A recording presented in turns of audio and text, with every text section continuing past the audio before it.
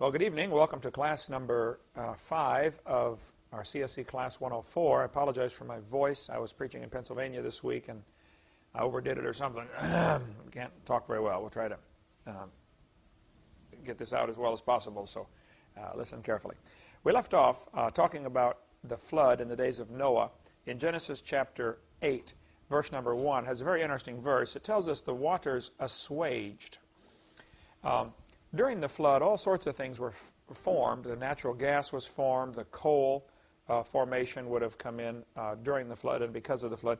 Down near the South Pole, it's interesting. If you read, you look at National Geographic map of the South Pole, it says they found anthracite coal near the South Pole.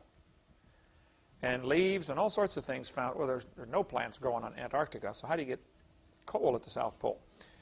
One explanation is the South Pole used to be up near the equator. I think that's a lousy explanation, but that's the one that's in the textbooks. The other explanation is the whole Earth used to have a more tropical paradise. Stuff lived everywhere.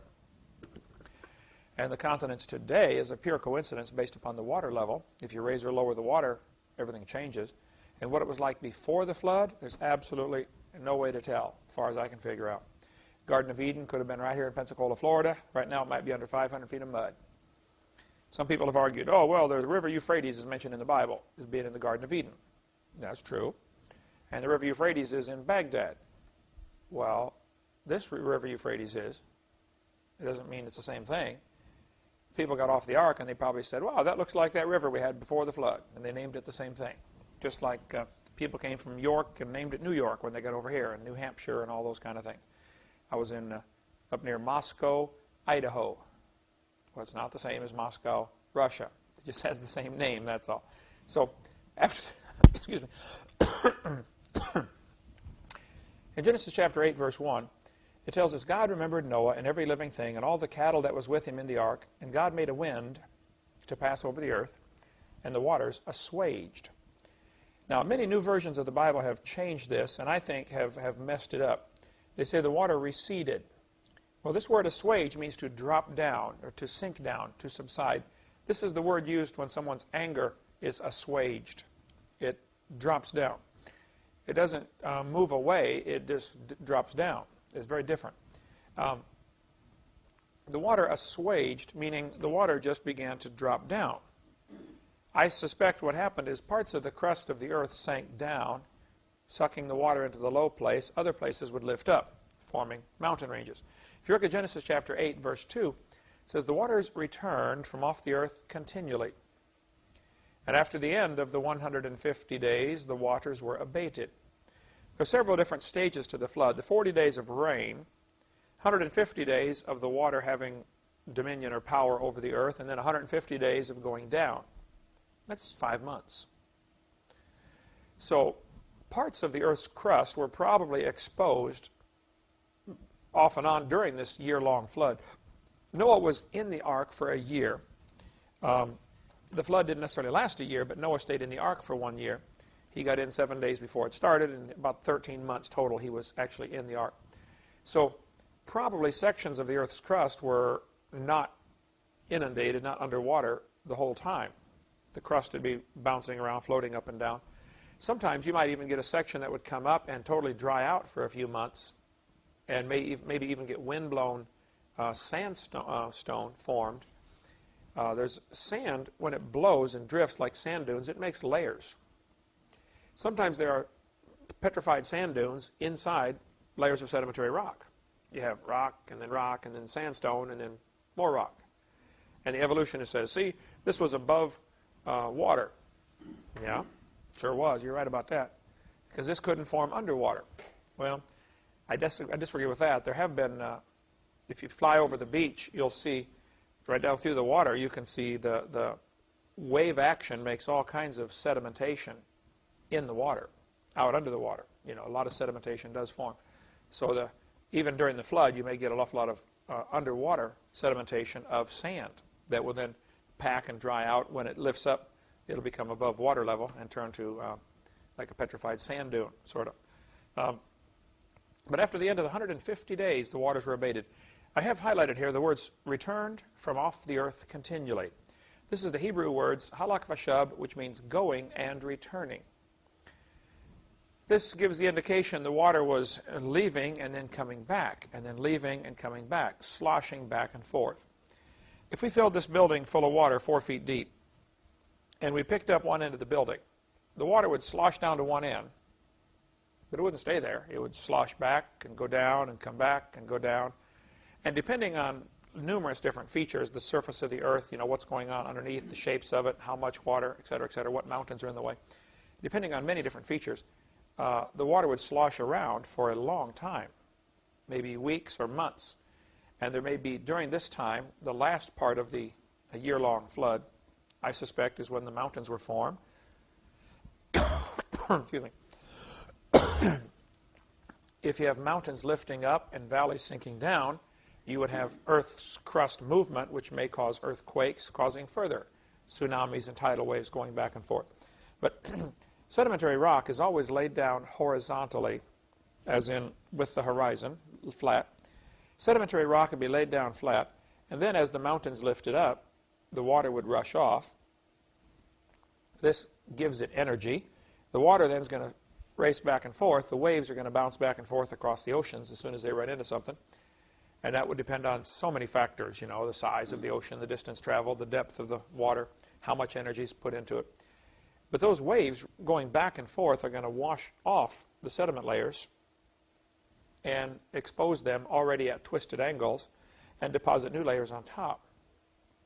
Now this, in geology, is called an unconformity, a place where the layers are crossing each other, but they obviously weren't laid down that way. Grand Canyon has a huge unconformity down at the bottom. This is a schematic of Grand Canyon, calling the angular unconformity, where the layers were washed off and then new layers deposited on top, including lava flows. The letter H there is a lava flow. Well, anytime you get the crust of the earth being broken up and shifting around, you're going to have volcanoes going off. So probably during the flood there was volcanic action. After the flood there was volcanic action. There's still volcanic action today. The lava would be flowing during this whole time from different areas. There could be a volcano erupting right now, but it doesn't affect us over here. That doesn't mean the whole world was that way. There were patches of turmoil and patches of tranquility. So underwater lava, when it comes up, it forms, it's very distinctive from lava above water. It's called pillow lava. If you ever see it, a volcano erupting under the ocean or something, it forms very distinctive layers, like pillows. They call it pillow lava. And Mount Ararat, for instance, is pillow lava. Mount Ararat formed underwater. Well, today it's 17,000 feet above water. So something was different. Here we show another schematic of the different rock layers in Grand Canyon. And, of course, they've got them all named. The very top one is called Kaibab. The top of the canyon is called the Kaibab Uplift. Did you guys stop and see Grand Canyon on the way here? Yeah. That's, Like yep. That's a big hole in the ground, isn't it? Yeah. Very impressive. Genesis chapter 8, verse 4 says, "The ark rested in the 7th month, on the 17th day of the month, upon the mountains of Ararat." Very interesting. If the ark rested in the 7th month, why didn't Noah get out until the 13th month? Why on earth would he stay in there for 6 more months? Probably several reasons why he would not want to get out right away. If the ark hit bottom in the 7th month, it doesn't mean the ark's probably stuck and can't move now, but the waves are still going back and forth across the ocean, and it's not safe to get out. There may still be further movement. Ron Wyatt thinks that Noah's Ark hit bottom. They cut the anchor stones loose sometime later, a few weeks later, maybe a month later, because this was only the 7th month, and it wasn't until the 13th month that they got out. One of these waves could have lifted the ark up and moved it 10 miles and set it down somewhere else. Some of the anchor stones are found quite a ways away from the ark's location, if that is Noah's Ark down in the valley. And again, some other creationist groups get mad at me for even mentioning that there might be another alternative besides the one they're promoting and raising funding for. Genesis chapter 8, verse 5 says, "The waters decreased continually." I think during this time, from the 7th month until the 13th month, when they actually opened the door and got out, during this time, it is best to stay in the ark. The tidal waves outside made it not safe to get out. Secondly, there's nothing to eat out there. Now, during this, after 7 months, many of the seeds that had been floating around would certainly germinate when they landed again. An awful lot of log mats would be floating around, depositing seeds and debris. And see, trees and many plants can grow several different ways. They can grow from seeds, of course. They can grow from cuttings. Some trees or bushes, you cut a branch off, stick it in the ground, and it grows. Others grow from roots. You know, the root sends out, and they call it a runner, sends up another tree growing off this root. So in addition to that, you have the animals and all the food on board that Noah brought for the animals to eat. They're going to continue as they take off out of the ark. You know, many animals deposit seeds as they travel along from the food that they're eating. So it just was safe. It's better off to stay in the ark for a few more months, let everything get growing. Jan, you do a lot of gardening. You can plant a garden and raise it to eating height. Raise your tomatoes from seed to ready to eat in how long? 2, 3, 4 months? Depends on conditions, but yeah, a couple of months, right? Basically, it's ready to eat, right? Corn, plant the corn. Up in Illinois, where I'm from, you know, shoulder high by the 4th of July. It really grows, you know. It's different latitudes. They have a longer day up north in the summer, but a shorter season. So they end up getting the same number of hours of sunlight that we do down here, but consequently they have different planting times for the different crops. But still, within a few months, within 5 or 6 months, certainly, there was plenty of food outside that was just growing on its own from this flood. Things left over in the mud that would begin to germinate and grow. So Noah got out. Okay, Hovind theory, point number 7. Over the next few hundred years, the ice caps generally retreated. Don't forget, the ice now is all the way down to Kansas City, Missouri. Today, the ice caps are way up north. Just parts of northern Canada, you know, have these remaining ice caps. So over the next few hundred years, the ice caps generally retreated. The added water from the melting ice formed the continental shelf. As the cold water absorbed carbon dioxide, lifespans shortened in the days of Peleg. Here's a map showing what the Earth would look like if you lowered the water a couple hundred feet. Vietnam is now connected to Australia. Everything's connected. You know, you look at the globe and say, wow, that's a lot of water there. Well, yeah, but some of it's not very deep. Who remembers what the shallow part of the ocean is called? Continental shelf. And you go out to the deep part, which is called the abyss. Then in between the two, it rises up, called the continental rise. So that red line shows where the beach would be if you lowered the water a few hundred feet. All of the area around Indonesia, Java, Borneo, all that area is really very shallow water. Same thing out here, between here and Mexico. You know, the Gulf of Mexico, you could walk to Cuba if you lowered the water a few hundred feet. So as the ice melted back, it's going to raise the water an additional few hundred feet, and the ocean's average 12,000 feet deep. So a few hundred feet out of 12,000 is minimal, a few percentage points. There's a great book that you can get called Noah to Abram, The Turbulent Years. In this book, this Dr. Van Vange deals with what did these people do after the flood. Apparently, they right away began building cities. Many of the cities later had to be abandoned as the water came up. Oops, we built too close to the beach. Let's clear out, go build somewhere else. Underwater cities are being found all over the world. It's pretty interesting. Under 150 feet of water. I'll show you some in a minute. But Eric Van Vange, in his book here, says that probably right after the flood, you would have some people who just plain didn't like city life, and they would like the adventurous life, so they would be out traveling along the edge of the retreating ice age, ice pack, hunting the animals that are living there. Because as the ice melts back, you got stuff, you know, new food beginning to grow. And some people just prefer the life of a nomad and a hunter. Other people got kicked out of their city, you know, criminals or whatever. People that have the nomadic form of life, that are following animals, for instance, and living off of hunting these animals, like packs of mammoths or whatever, as they're traveling along, they don't want to carry a toolbox with them. They want to carry the minimum. So often they would make stone tools on the job site. You killed an animal? Okay, we got to skin them, we got to cut them up, we got to eat them. Make your tools. When you're done, leave them. Move on to the next one. And very frequently, this is what we find with these stone tools found all over the world. It looks like some of them were kind of hastily made. Well, they're only going to use it once, you know. Who cares? Other stone tools show just great craftsmanship where they really took their time to make gorgeous arrowheads and things like that. But these factors would be involved of, are they, you know, chasing a herd of buffalo, following them across the countryside? If so, you're not going to carry your stone tools with you. Stones weigh a lot. This picture shows the underwater land bridge that would be exposed between Russia and Alaska. The water is just not very deep. As the ice melted back, it would leave behind all of the what we call ice age effects. I was in Pennsylvania a couple days ago, preaching in northeast Pennsylvania. The whole area was covered by ice.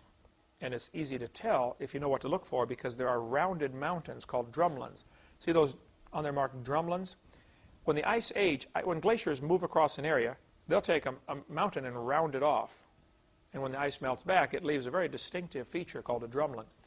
Also, kettle lakes are little depressions in the ground full of water that probably form because of what's called isostatic rebound. As the ice melts back, the pressure, the weight of the ice is gone, and so the ground actually lifts up, trapping water all over the place. Minnesota is loaded with lakes, the land of 10,000 lakes. Most of them are kettle lakes. Most of them not very deep, just trapped. Water has nowhere to go. Doesn't have an outlet. You can see on the picture the terminal moraine on the far right. This would be where the ice bulldozed a pile of rocks up and then left it, retreated back. Along the sides of glaciers, it forms what are called lateral moraines, lateral meaning along the side. Anyway, the Earth has lots of ice age effects that are easy to tell from those who study this that there was an ice age. How many have heard of the Matterhorn in Switzerland, the famous mountain? You know, it had a glacier going down both sides of it because it carved part of the mountain away. So it's skinnier at the bottom and then tapers out and then goes back up to the point. It used to be just a big mountain, but parts of the side got eaten away, forming the Matterhorn. It makes a U-shaped valley. It has one on several sides, making it very difficult to climb that mountain. Okay, Genesis 10:25. Interesting verse. It says, "Unto Eber were born two sons. The name of the one was Peleg. For in his days was the earth divided." Well, what happened in the days of Peleg? It says his brother's name was Joktan. Joktan means shorten. Peleg means divided. Very frequently in the Bible, the names have meanings. You know, the person's name indicates something that was happening at that time in history or some significant event. So Peleg means divided. Joktan means shortened. You notice on the chart here, Peleg was born 100 years after the flood. And Peleg only lived to be 239. His daddy lived to be 464. His grandpa lived to be 433. I mean, Peleg died as an old man before his great-great-great-great-grandpa. Noah outlived Peleg. Shem outlived him by a long time. What happened in the days of Peleg? Several different theories of what happened in the days of Peleg. The Bible doesn't tell us. It just simply says, in the days of Peleg, the earth was divided. Apparently, whatever happened in the days of Peleg was genetic because everybody after him inherited it. Whatever it was, they all got it. Because everybody's lifespan dropped off to 200 and 200 and 200 and then down into the 100s. When you get to Abram, he's 175. He's considered a real old man. Actually, when Joseph was introducing his father Jacob to Pharaoh, Pharaoh said to Jacob, "How old are you?" Jacob said, "I'm 130, but this is nothing. Few and evil are the days of the years of my life been, but they've not attained to the days of the years of the life of my fathers." Jacob could have known Shem, Arphaxad, Selah, and Eber. Now, something to consider. What did these fellas do for 400 years? A lot of speculation in this area. The Bible doesn't tell us, okay, so we can make up all the stories we want. It could be that they were just retaining and spreading this incredible knowledge that had been amassed. How do you know which plants are poisonous? How do you know which herbs to take for different illnesses? Do you realize how much knowledge there is in the world? How many things there are to learn? How do you know how to take which rock contains iron and which one contains copper, and how do you get it out and what do you do with it? And you know, if you think just in the science of metallurgy, you can study for a lifetime and never learn it all. Then you get into woodworking. How many different kinds of wood are there? And what are they good for? You know, cabinet making. There are thousands of areas of life where you can study for a lifetime and never learn it all. So this knowledge would be retained by these guys. And he had a question. Like, you know, I call Bill Sardi when I got a question about health. You know, he's got all this, his brain is full of this, oh yeah, this vitamin does this and this vitamin does that. You know, he knows, okay? Well, some people have that knowledge of mechanics. Hey, my car's doing this, what do I do? Oh, and you learn as you go through life who to talk to with different questions. You know, nobody can know it all. But if you live to be 400, I bet you could learn to know it all. Or certainly a lot of it. Plus Noah, excuse me, Noah lived to be 950. He lived, you know, a long time after the flood. Okay. In the days of Peleg, something changed. All we have is a few verses in the Bible and a few dates, and we have to guess from there.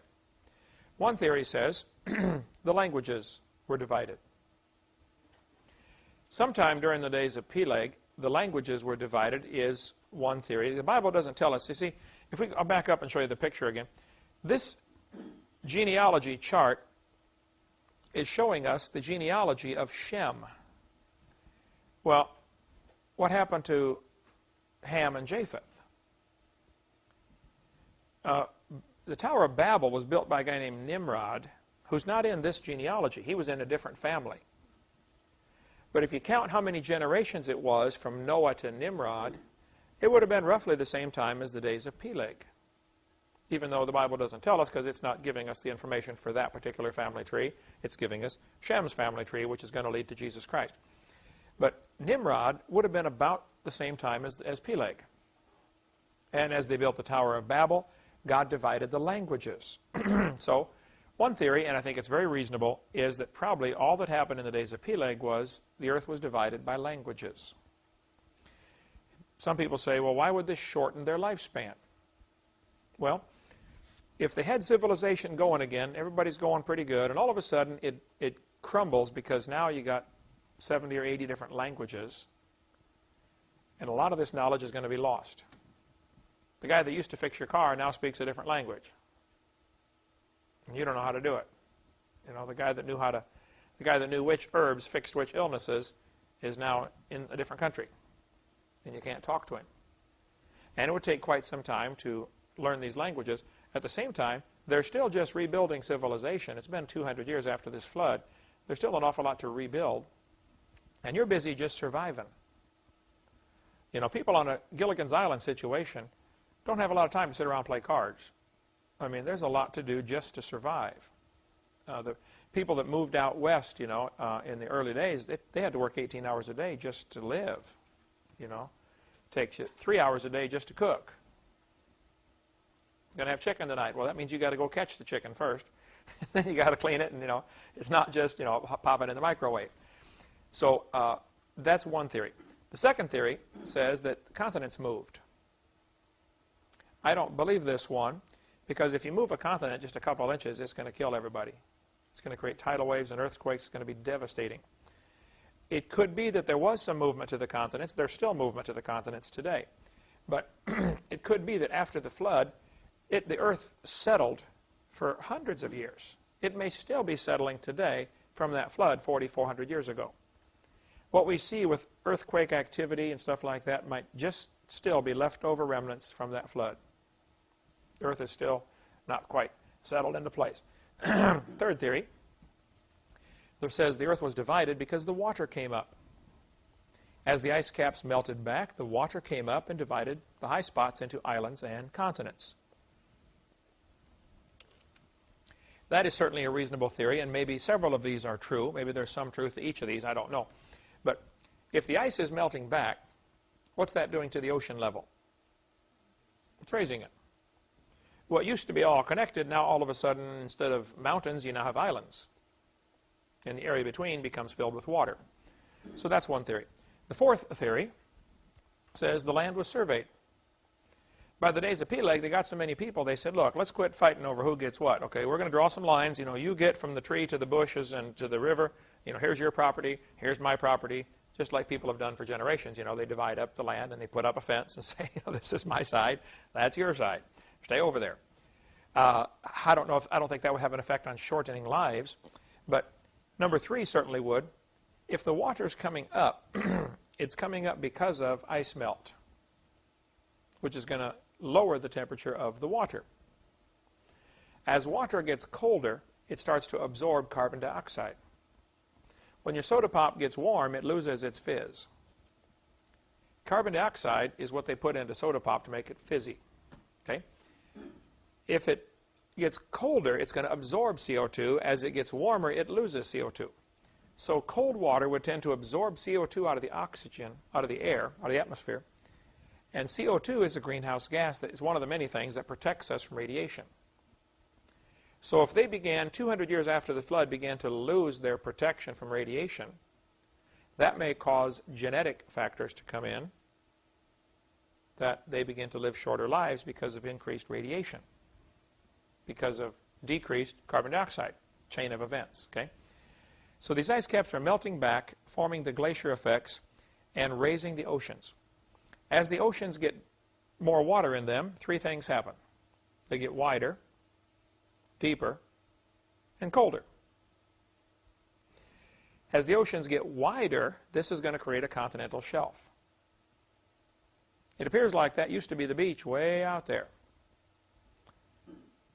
And it might have been the beach for a while, as the ice melted back.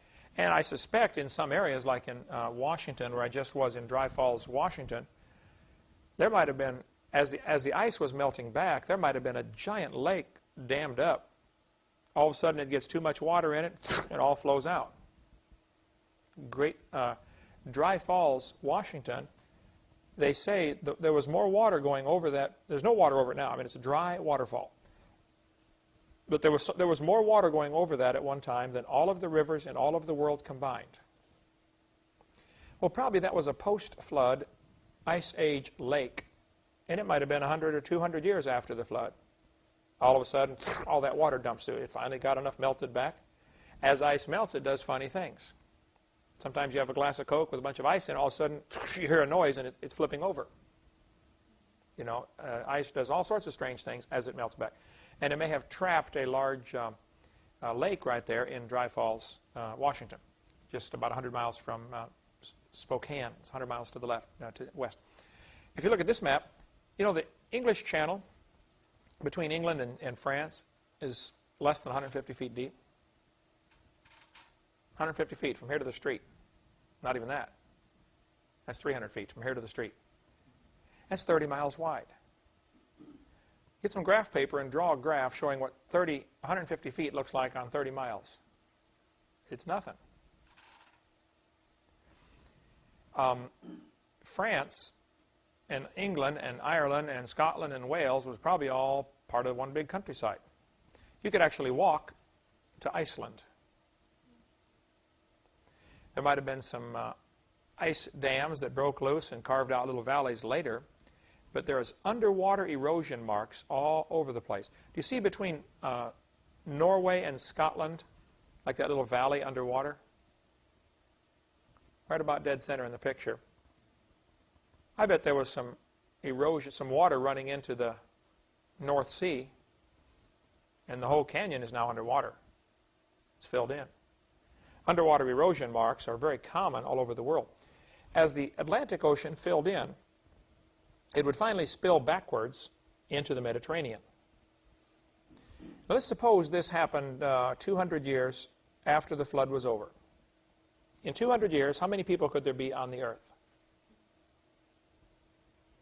You have no reason to not have lots of kids. As a matter of fact, it's an advantage to have lots of kids. You got more hands to farm the land, you know, take care of things.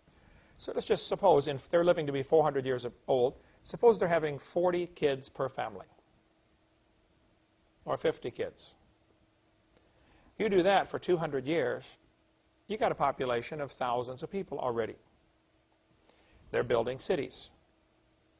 Now, if you're building a city in what is now the Mediterranean Sea, a couple of hundred years later, all of a sudden, the Mediterranean Sea fills in. Water comes up. Oops, we built our city too close to the beach. Let's get out of here. As it got a little deeper there, it would spill over past Sicily into the other half of the Mediterranean Sea. And then as it got deeper, it would spill back into the Black Sea. Here's an article, Ancient Egyptian cities discovered under 30 feet of water in the Mediterranean Sea. Sea level was lower at some time in the past. Oh, I agree. And as all that water goes rushing in by the Rock of Gibraltar, it's going to carve out that canyon between Africa, Morocco, and Spain, the Rock of Gibraltar. This water rushing in is finally going to backfill the Black Sea. That will probably be the last thing that happened. That might have been 300 or 400 years after the flood, by the time the Black Sea gets backfilled. So the water is probably running backwards through Istanbul, where Istanbul, Turkey is today, all the Straits of the Dardanelles. As this water went, now today it flows the other direction, but initially it would have flowed backwards.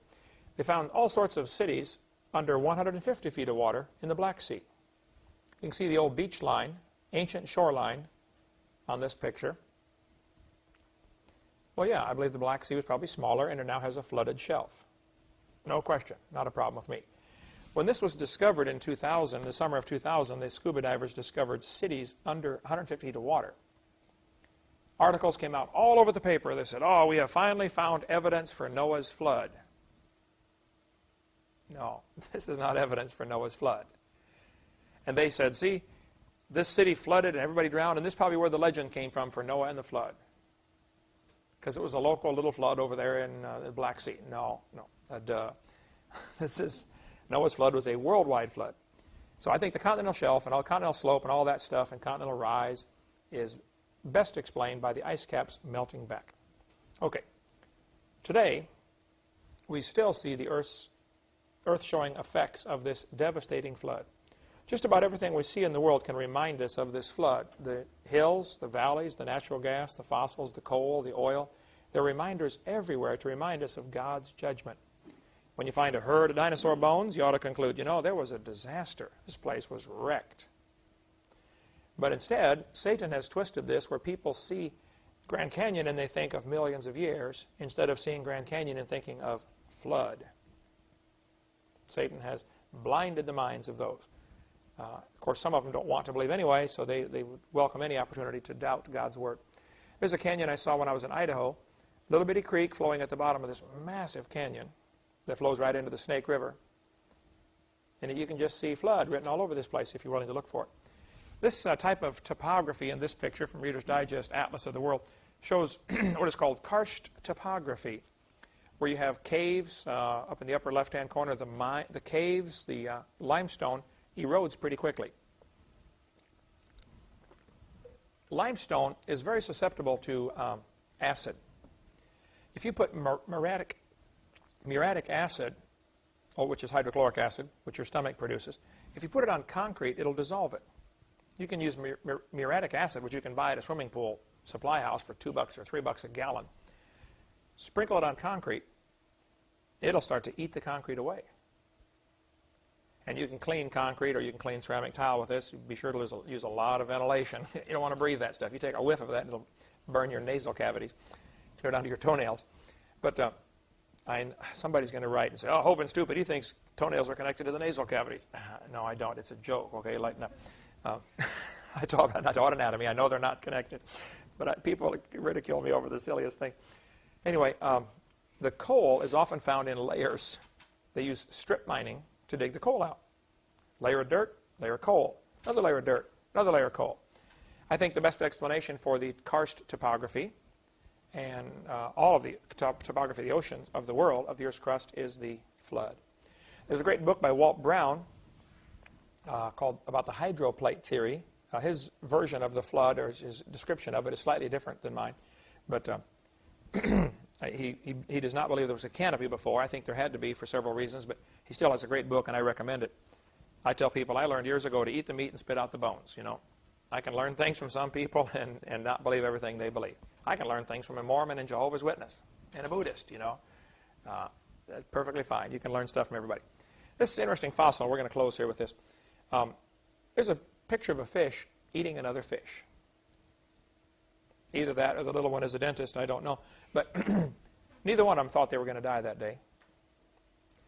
They were caught in the middle of supper, turned into a fossil. Had to be buried extremely quickly for this to happen. Fish fossils are found with the gills extended, the fins extended in obvious positions of terror. They're scared. Wow, what's going on? Probably buried in underwater landslides, or just simply all of a sudden the water becomes like a giant mud puddle and they can't breathe. And so they're panicking. I'm suffocating. You know, fish can suffocate too. You know, fish can drown, believe it or not. So they're swimming along and they're terrified by what's happening, and they die and get packed into situations like this. Now, I get a lot of letters. People will say, see, that picture you show of the fish eating other fish proves they weren't vegetarian before the flood. Well, a couple of problems with that. We don't know for sure when this fossil formed, okay? I think it probably formed because of the flood, but it may have been later. Secondly, I don't know that fish are considered alive in the biblical sense. Though they don't have nostrils, they don't have the breath of life, that's for sure. So it could be that a fish is just considered a complicated, self-replicating food source, as opposed to live, like with a spirit, like an animal. A spirit goes back to God that gave it. It says in the book of Ecclesiastes about the animals. So I don't think insects either are alive in the biblical sense. As far as people say, well, Adam might have stepped on an ant and killed it, see, and there would have been death before sin. That's a stretch. First you have to define what is life before you can define what is death. And I don't think you could prove that insects have life in the same sense that man has life or animals have life. Okay. Bible tells us it's appointed unto man once to die, but after this, the judgment. This guy, Harry Truman, lived on the side of Mount St. Helens when it was about to blow up. Tim Barron's KJSL radio station, I'm on every Wednesday morning with Tim and Al, St. Louis station. Tim Barron's witnessed to Harry Truman, not the president, okay, to this Harry Truman. He said Harry was a very profane man. About every other word was a cuss word. He listened very carefully about the gospel and then rejected it, refused Jesus Christ. When the volcano blew, Harry was still there. They told him, Harry, this volcano is going to blow up. He said, I've been living here for 80 years and I'm staying right here. Well, he stayed right there. Still there. Matter of fact, they never did find him after the eruption. He's probably under 80 feet of mud right now, or 300 feet of ash. But that's so silly to know the volcano is going to blow up and not get off. Well, folks, we've been warned the entire earth is going to blow up. You better get ready for that. You better accept Jesus Christ. Just like there was warning before Mount St. Helens blew, there is warning from Scripture before the earth falls apart. You better get in Christ. You better be saved, or you're in trouble someday. He that hath the Son hath life. He that hath not the Son of God hath not life. So I recommend everybody get saved. The Bible tells us about the flood in Matthew 24. It says, But as the days of Noah were, so shall the coming of the Son of Man be. For in the days before the flood they were eating and drinking, marrying and giving in marriage, until the day Noah entered into the ark, and knew not, till the flood came and took them all away. So shall also the coming of the Son of Man be. So, just like the flood is a good symbol or typology of what in the days of Noah, the earth was destroyed, that's a symbol or a good typology of what's happening today. How many people listen to Noah? Just almost nobody. Noah's job was to preach, whether they listen or not. Our job is to do the same thing. Some are going to listen, some aren't. Oh well. After the break, we'll take up what we cover on our videotape number 7, question-answer session, coming up right after the break, and we should, in the next 4 classes or 5 classes, be able to finish, I hope, everything we have on videotape 7 Q&A. So let's take a little break, come right back.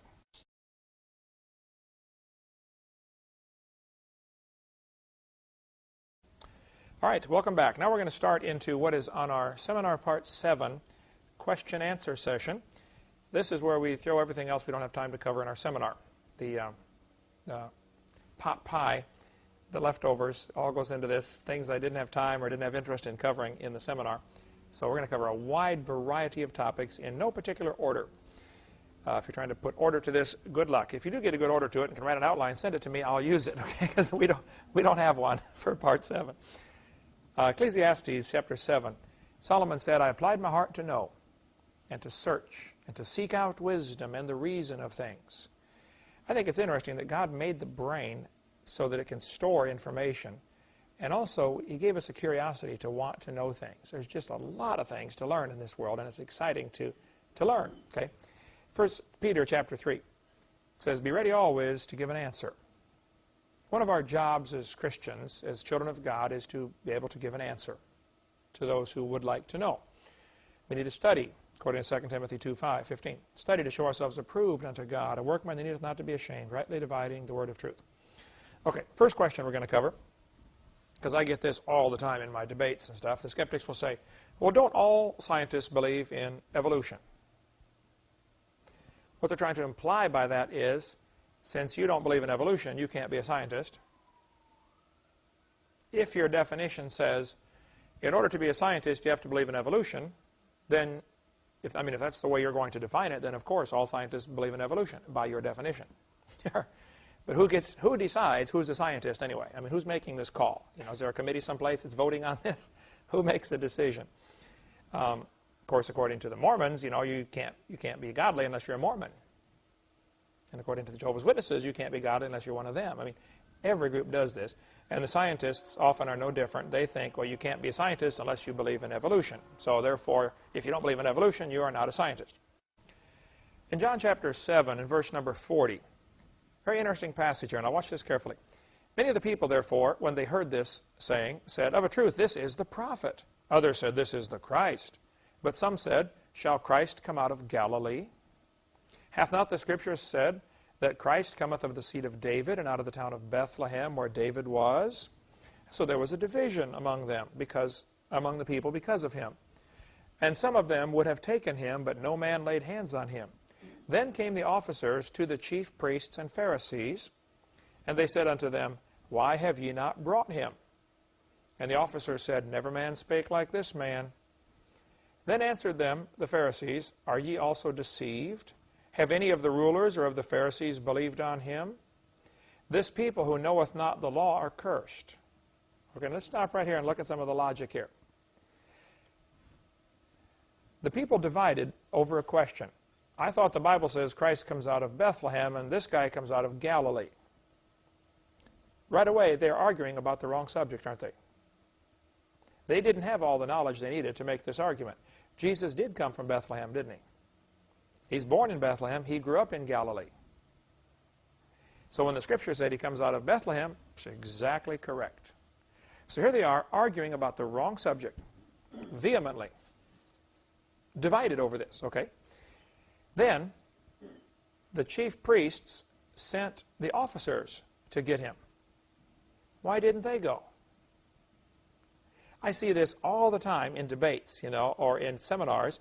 There'll be a group of students that'll come from some university, and they come with a list of questions to ask me, to trick me. I say, where did you get those questions? Well, from my professor. Why didn't he come?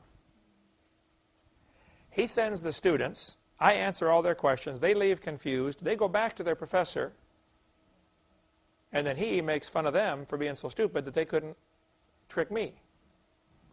Watch what happened here. The guys came back, and the Pharisees said, why didn't you take him? And they said, nobody ever spoke like this guy. Then their logic, watch the logic here. It's exactly what happens today on the creation evolution topic. No different. They said, are ye also deceived? Have any of the rulers or of the Pharisees believed on him? What are they trying to imply by that? Since none of us guys who know the Bible believe in him, therefore he can't be right. This is what some of the scientists will say. Well, how many scientists believe in creation? Same kind of thing, okay? Since no scientists believe in creation, therefore it must not be true. Well, first place, A lot of scientists believe in creation, okay? And secondly, I'd like to find out who's deciding who's a scientist. So they started with a false assumption that Jesus was from Galilee. And since the Pharisees had not believed on him, they used that as proof that he was not right. Same thing today. The scientists will say, well, because most scientists believe in evolution, therefore evolution must be true. Well, talk about flawed logic from the start. Okay? No, all scientists don't believe in evolution, for one thing. And even if they did, that still would mean nothing in an argument. They'll say, has he published in major science journals? Well, suppose, in order to publish a paper in a science journal, you have to publish something that doesn't go against the evolution theory. If your article smacks of creationism, it'll be rejected. Same thing happened in the Soviet Union 15 years ago. Suppose you got up in front of your class of kids in the Soviet Union and said, boys and girls, I don't believe in communism. Doesn't work. Capitalism is a much better system. What would happen? You wouldn't be teaching tomorrow, would you? You'd be lucky to be alive tomorrow, right? So then the teachers get up in front of their students and say, all the teachers believe in communism. Therefore, it must be right. No, therefore, it must be ruthless. Right? And if they say, all scientists believe in evolution, well, it's not true, but even if it was true, that still wouldn't prove it's right. That might just prove it's ruthless. In other words, if you don't believe in it, you'll get fired. And I'll show you some examples where they did get fired here in a second. The majority followed Aaron into rebellion in Exodus chapter 32. The majority voted not to go into the promised land. Remember that? 10-2. The majority was wrong, all right? The majority followed false gods many times throughout the Old Testament. They were wrong. The majority of religious leaders hated Jesus. They were wrong. The majority of the Roman Empire hated Christians. Majority opinion means nothing in an argument. And many thousands of scientists with degrees from major universities do believe in creation. But you don't have to have a degree from a university to be a scientist. Many people down through history didn't even finish high school and became great inventors and great scientists, you know. They just had a desire to learn, a desire to use what they had learned to improve things or invent new things. The guy who has the patent on the MRI machine is a creationist. Robert Gentry, who lost his job at Oak Ridge Laboratories in Knoxville, Tennessee, because they found out he was a creationist. He wrote the book that we sell called Creation's Tiny Mystery about the radiopolonium halos. He was one of the world's experts on granite, because he was assigned the task of deciding where do we put radioactive waste. You know, after a nuclear power plant gets done, you got this barrel of radioactive material. What do you do with it? You don't want it in your backyard, that's for sure. So they dig deep holes and they bury it in granite. Well, as they were taking samples of granite from all over the world, Robert Gentry's looking at these things under the microscope, and he finds out they have little rings in them, circles, called radiopolonium halos. And we'll get into that later, how it absolutely proves the earth was created cold, like the Bible says, and the earth is not billions of years old. And so his articles are being published in all the major magazines all over the world, Science Magazine, Nature Magazine. Everybody publishes this amazing stuff by Robert Gentry about this new find of radiopolonium halos. Until somebody figured out, this proves the Big Bang Theory is not true. Well, they shut him off like a spigot, man. He couldn't get anything published anywhere because it didn't go along with the evolution theory. So he lost his job and grant money. Roger DeHart was told he could not inform students of errors in the textbooks by passing out articles from current science journals. All he did in his science class, he never talked about creation. He would just say, kids, in this book right here on page 95 is an article about, such and such. But this has been proven wrong. Here's a current science journal showing where it's been proven wrong. Pass it out. Can you imagine that? He was called in to say, you cannot inform the kids of more recent research that goes against the textbook. What on earth is somebody thinking? But he was told, you can't do that because it went against the evolution theory. Kevin Haley was a biology teacher at Oregon Community College. He lost his job for simply exposing errors in the textbooks. He is a creationist, but he never told them he was. He just showed them, hey, here's an error in our textbook. This is wrong. Okay? At Baylor University in Waco, Texas, William Dembski, in April of 2000, was fired because he advocated intelligent design instead of evolution. He just said, you know, things we study are so complex, they must have been designed. Well, that's all it takes. He's out of there. Baylor, Southern Baptist School, you know, fired.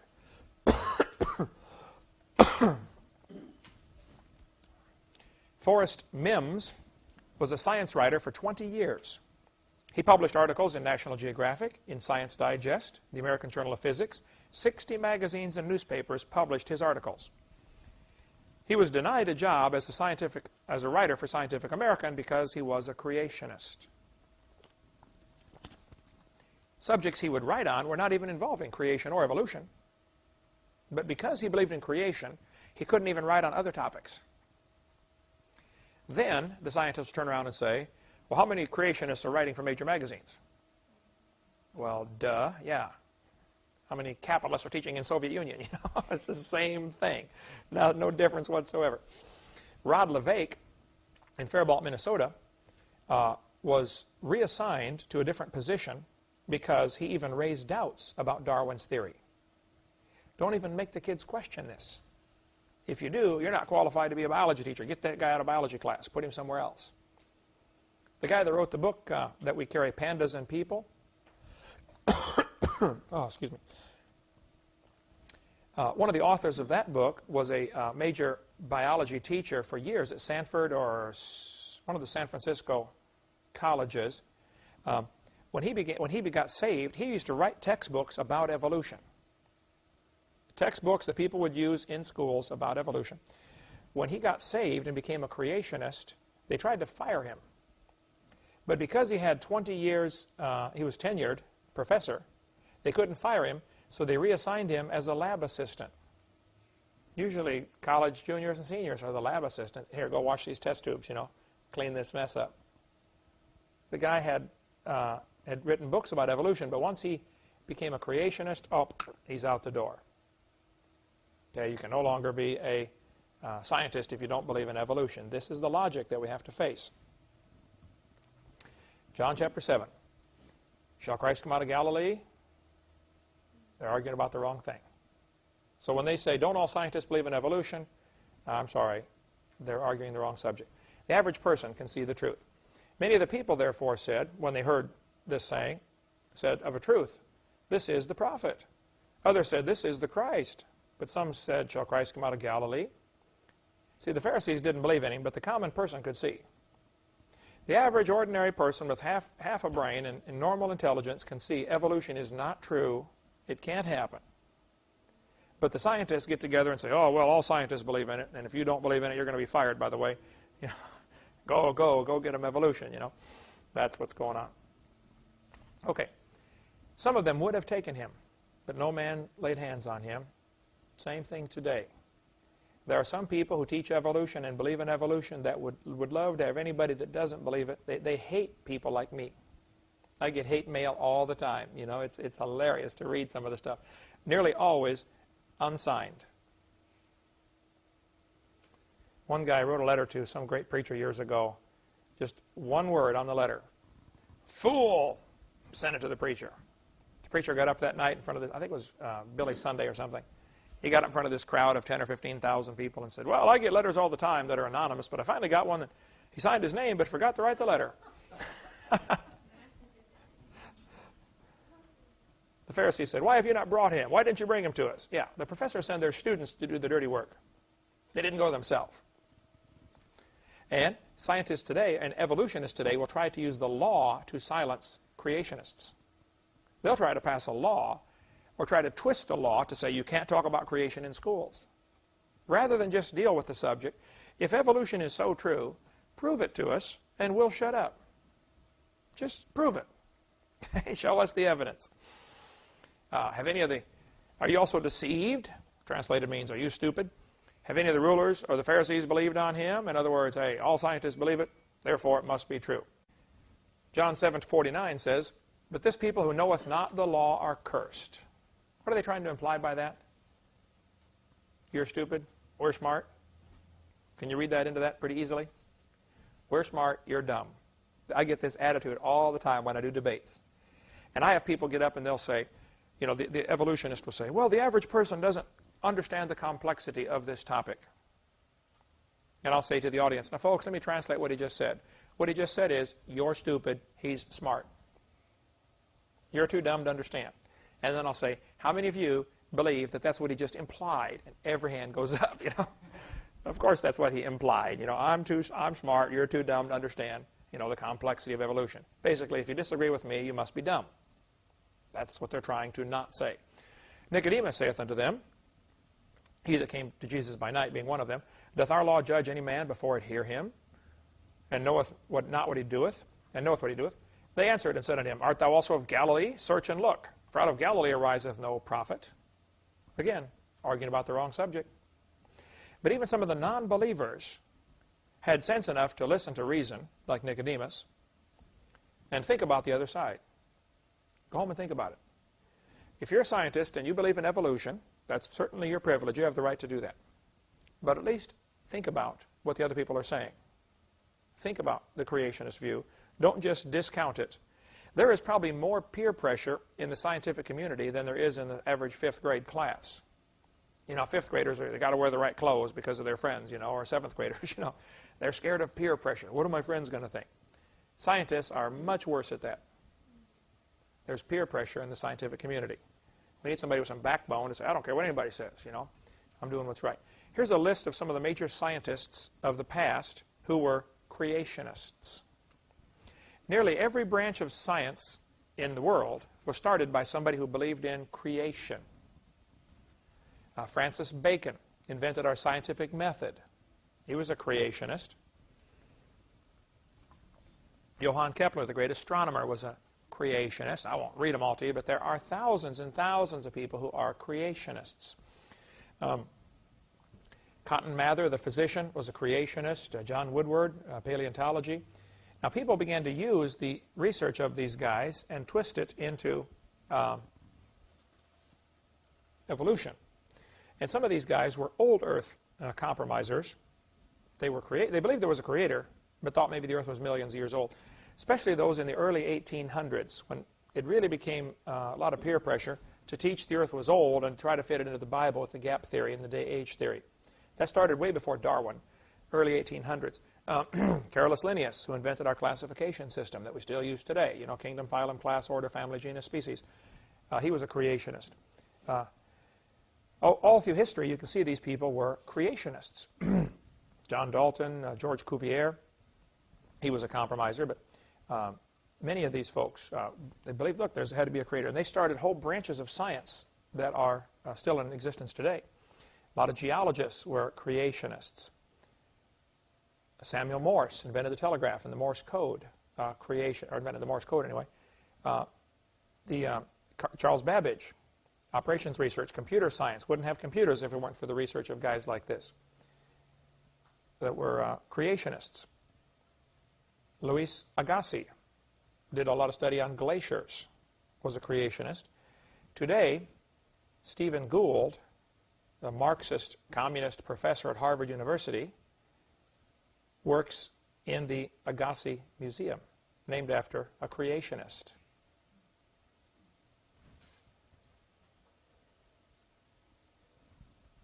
See some, boy, I could stop and talk about many of these guys, you know, James Joule, thermodynamics. The joule is named after him, you know, a unit of energy, named after James Joule.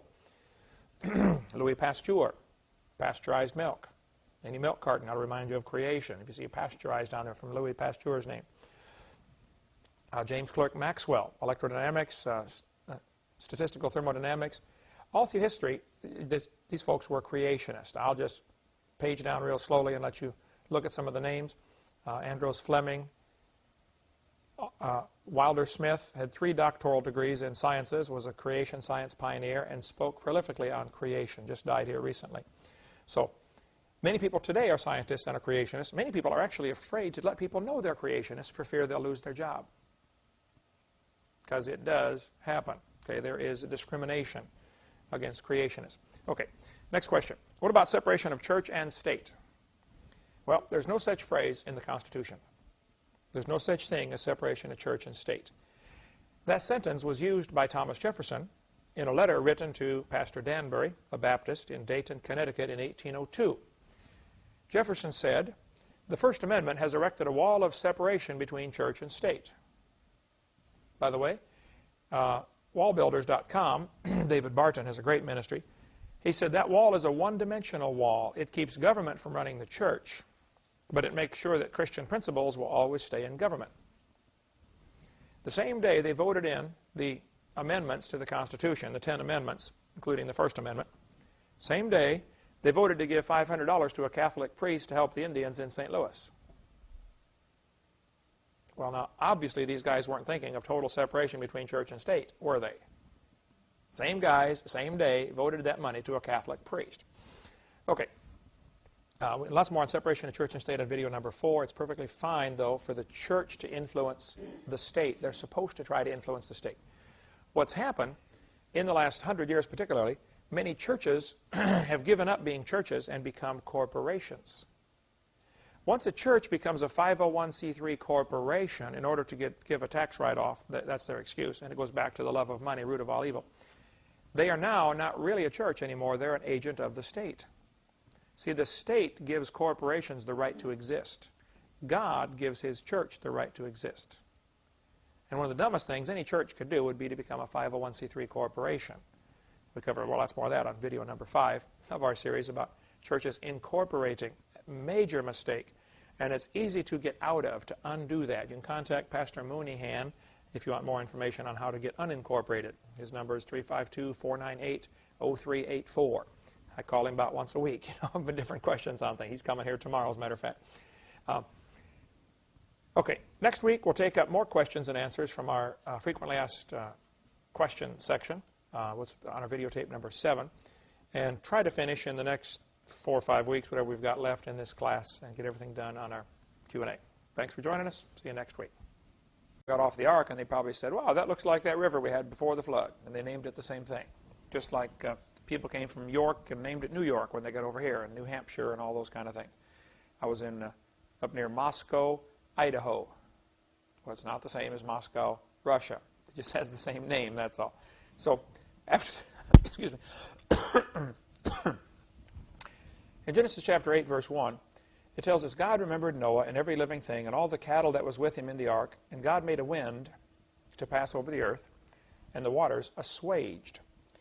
Now, many new versions of the Bible have changed this, and I think have messed it up. They say the water receded. Well, this word assuage means to drop down, or to sink down, to subside. This is the word used when someone's anger is assuaged. It drops down. It doesn't move away, it just drops down. It's very different. The water assuaged, meaning the water just began to drop down. I suspect what happened is parts of the crust of the earth sank down, sucking the water into the low place. Other places would lift up, forming mountain ranges. If you look at Genesis chapter 8, verse 2, it says, the waters returned from off the earth continually. And after the end of the 150 days, the waters were abated. There are several different stages to the flood. The 40 days of rain, 150 days of the water having dominion or power over the earth, and then 150 days of going down. That's 5 months. So parts of the earth's crust were probably exposed off and on during this year-long flood. Noah was in the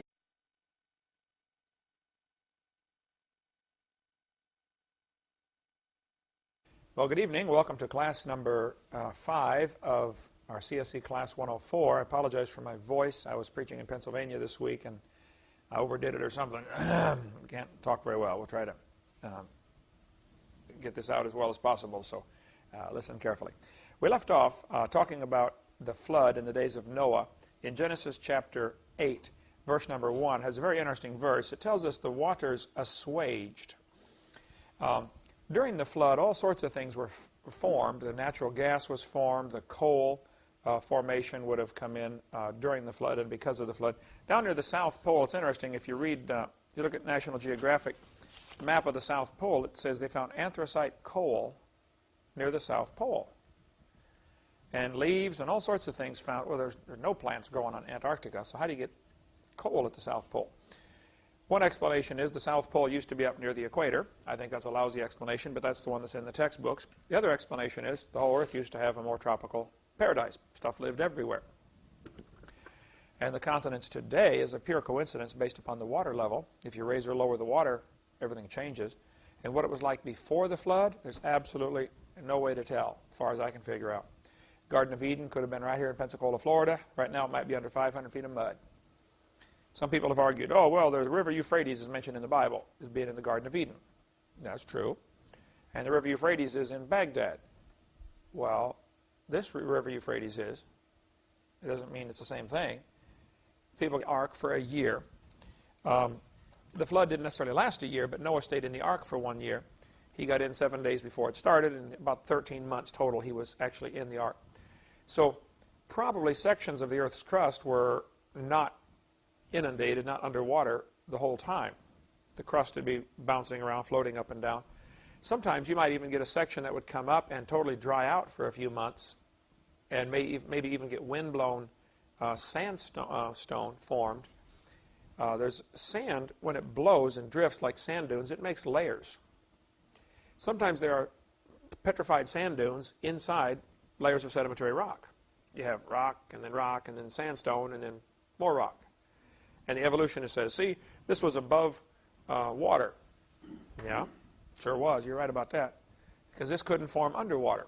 Well, I disagree with that. There have been, if you fly over the beach, you'll see right down through the water, you can see the wave action makes all kinds of sedimentation in the water, out under the water. You know, a lot of sedimentation does form.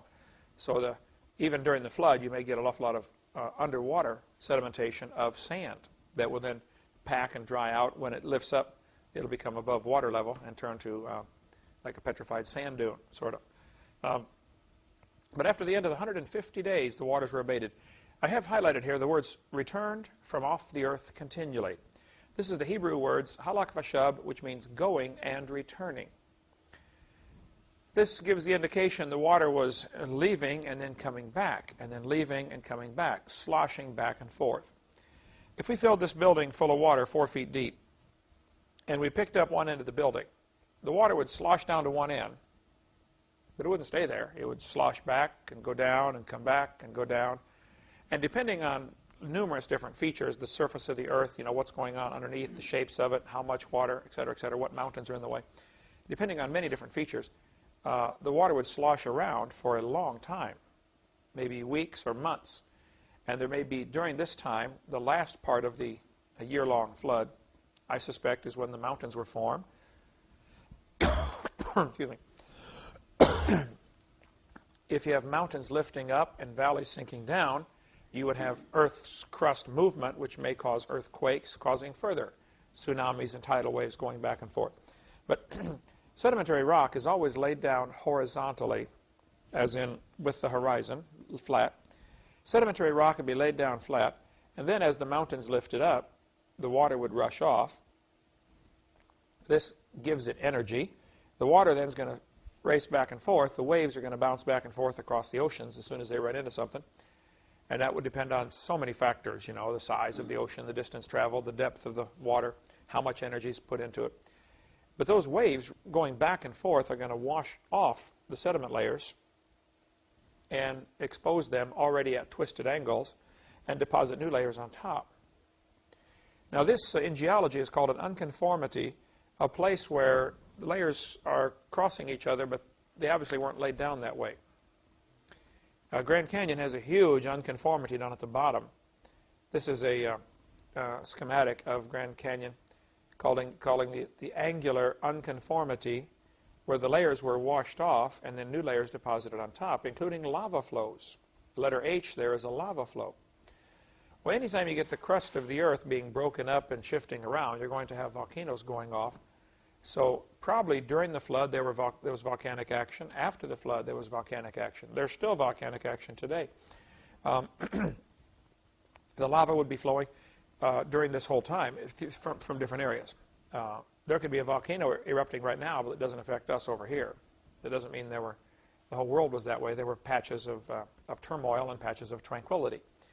So Underwater lava, when it comes up, it forms, it's very distinctive from lava above water. It's called pillow lava. If you ever see it, a volcano erupting under the ocean or something, it forms very distinctive layers, like pillows. They call it pillow lava. And Mount Ararat, for instance, is pillow lava. Mount Ararat formed underwater. Well, today it's 17,000 feet above water. So something was different.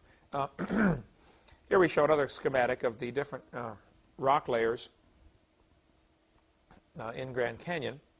And, of course, they've got them all named. The very top one is called Kaibab. The top of the canyon is called the Kaibab Uplift. Did you guys stop and see Grand Canyon on the way here? Yeah. That's, To the Kaibab, something like that. yep. That's a big hole in the ground, isn't it? Yeah. Very impressive. Genesis chapter 8, verse 4. It says, the ark rested in the 7th month. On the 7th